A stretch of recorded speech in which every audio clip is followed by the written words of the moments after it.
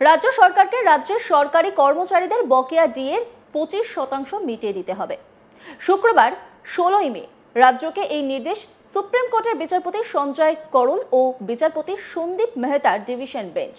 দেশের শীর্ষ আদালতের এই নির্দেশের পর কিন্তু নতুন করে আশায় বুক বেঁধেছেন রাজ্যের সরকারি কর্মচারীদের একটা বড় অংশ। যদিও ইতিমধ্যে এই বিপুল বকেয়া ডিএ মেটাতে যে বিপুল পরিমাণ অর্থ সংস্থান করতে হবে তা নিয়ে চিন্তায় পড়ে গিয়েছে রাজ্য সরকার। সূত্রের খবর, এই টাকার অঙ্কটা কিন্তু মোটেও কম নয়। সেই টাকার অঙ্কের পরিমাণ 10,000 কোটির একটু বেশি। সুপ্রিম কোর্ট কি রাজ্যকে সময়সীমা বেঁধে দিয়েছে? এ নিয়ে দ্বিমত চালু হয়েছে। এক পক্ষ বলছে সুপ্রিম কোর্টের নির্দেশ 4 সপ্তাহের মধ্যেই রাজ্য সরকারকে এই বকেয়ার মহার্ঘ ভাতার 25% টাকা মিটিয়ে দিতে হবে। আর এক পক্ষের মতে মামলার পরবর্তী শুনানি যেহেতু অগস্টে, তাই অগস্ট মাস পর্যন্ত রাজ্যের হাতে সময় রয়েছে। যদিও এই বকেয়া মেটানো নিয়ে এখনো তৃণমূলের কোনো নেতা মন্ত্রীর প্রতিক্রিয়া কিন্তু পাওয়া যায়নি।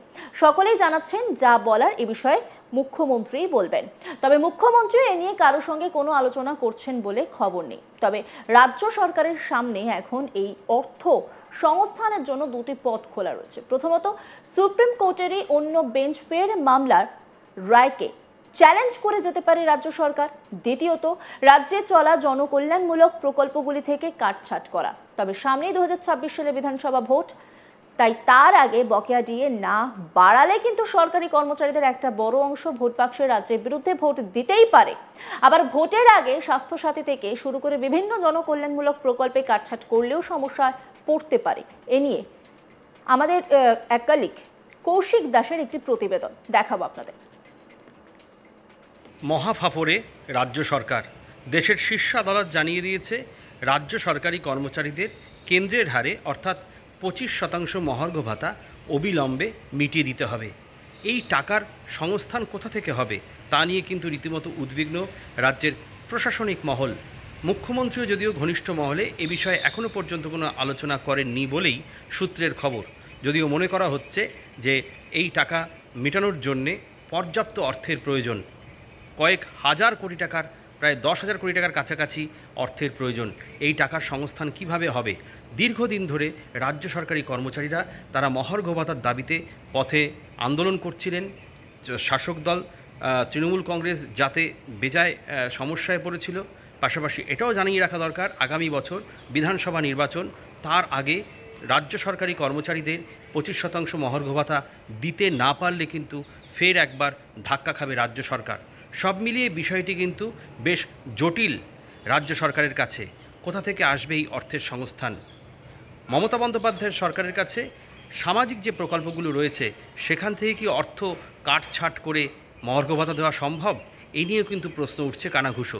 যদিও তৃণমূলের পক্ষ থেকে কোনো নেতা, কোনো মন্ত্রী কেউ এই বিষয়টি নিয়ে মুখ খুলতে নারাজ। তারা প্রত্যেকেই বলছেন বিষয়টি নিয়ে যা বলবেন তা মাননীয় মুখ্যমন্ত্রী মমতা বন্দ্যোপাধ্যায় তিনিই বলবেন। অন্যদিকে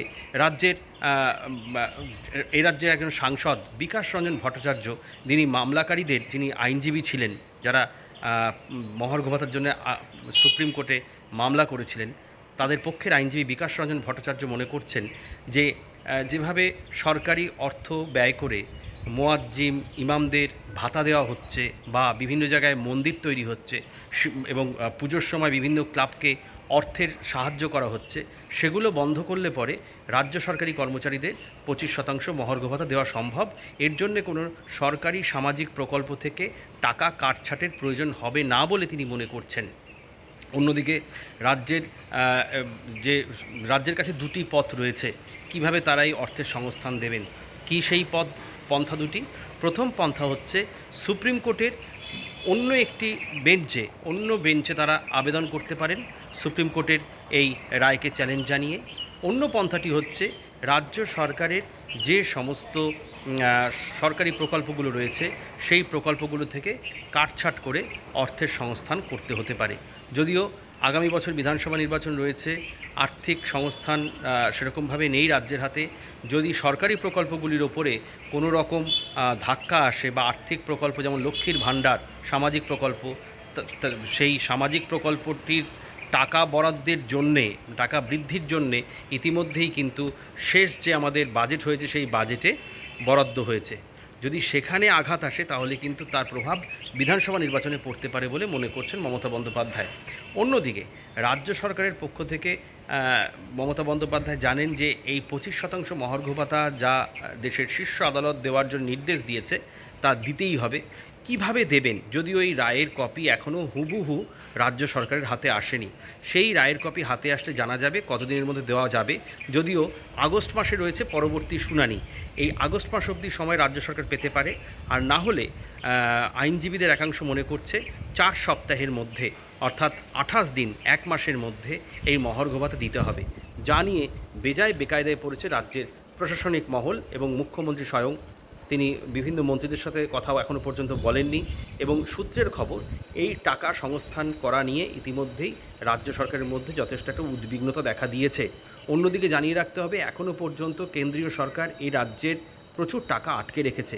সেই টাকাগুলি যদি কেন্দ্রীয় সরকার ছেড়ে দেয় তাহলেও কিছুটা অর্থের সংস্থান হতে পারে। সব মিলিয়ে ব্যাপারটি বেশ জটিল এবং গুরুতর। এই 25% মহার্ঘ ভাতা কীভাবে রাজ্য সরকার মিটিয়ে দেবে তা নিয়ে কিন্তু সময় দেবে এর উত্তর। কিভাবে রাজ্য সরকার এই অর্থের সংস্থান করবে তা নিয়ে বেশ চাপে রয়েছে তৃণমূল সরকার।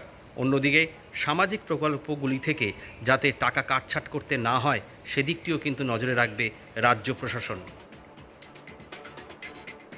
রাজ্য সরকারকে রাজ্যের সরকারি কর্মচারীদের বকেয়া ডিএর 25% মিটিয়ে দিতে হবে। শুক্রবার 16 মে রাজ্যকে এই নির্দেশ সুপ্রিম কোর্টের বিচারপতি সঞ্জয় করল ও বিচারপতি সন্দীপ মেহতার ডিভিশন বেঞ্চ। দেশের শীর্ষ আদালতের এই নির্দেশের পর কিন্তু নতুন করে আশায় বুক বাঁধছেন রাজ্যের সরকারি কর্মচারীদের একটা বড় অংশই।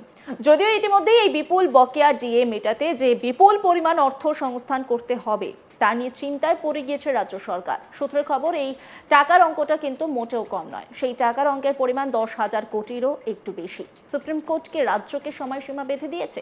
এ নিয়ে দ্বিমত চালু হয়েছে। এক পক্ষ বলছে সুপ্রিম কোর্টের নির্দেশ 4 সপ্তাহের মধ্যেই রাজ্য সরকারকে এই বকেয়া মহার্ঘ ভাতার 25% টাকা মিটিয়ে দিতে হবে। আর এক পক্ষের মতে মামলার পরবর্তী শুনানি যেহেতু অগস্টে, তাই অগস্ট মাস পর্যন্ত রাজ্যের হাতে সময় রয়েছে। যদিও এই বকেয়া মেটানো নিয়ে এখনো তৃণমূলের কোনো নেতা মন্ত্রীর প্রতিক্রিয়া পাওয়া যায়নি। সকলেই জানাচ্ছেন যা বলার এই বিষয়ে মুখ্যমন্ত্রী বলবেন। তবে মুখ্যমন্ত্রী এ নিয়ে কারোর সঙ্গে কোনো আলোচনা করেছেন বলে খবর নেই।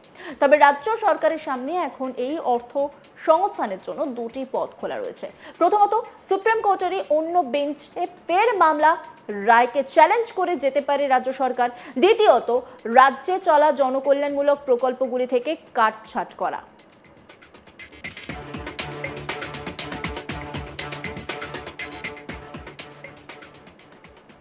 অন্যান্য খবরের আপডেটের জন্য অবশ্যই নজর রাখুন আজ তাক বাংলার ইউটিউব স্ট্রিমিংয়ে। লাইক, কমেন্ট, শেয়ার এবং সাবস্ক্রাইব করতে ভুলবেন না।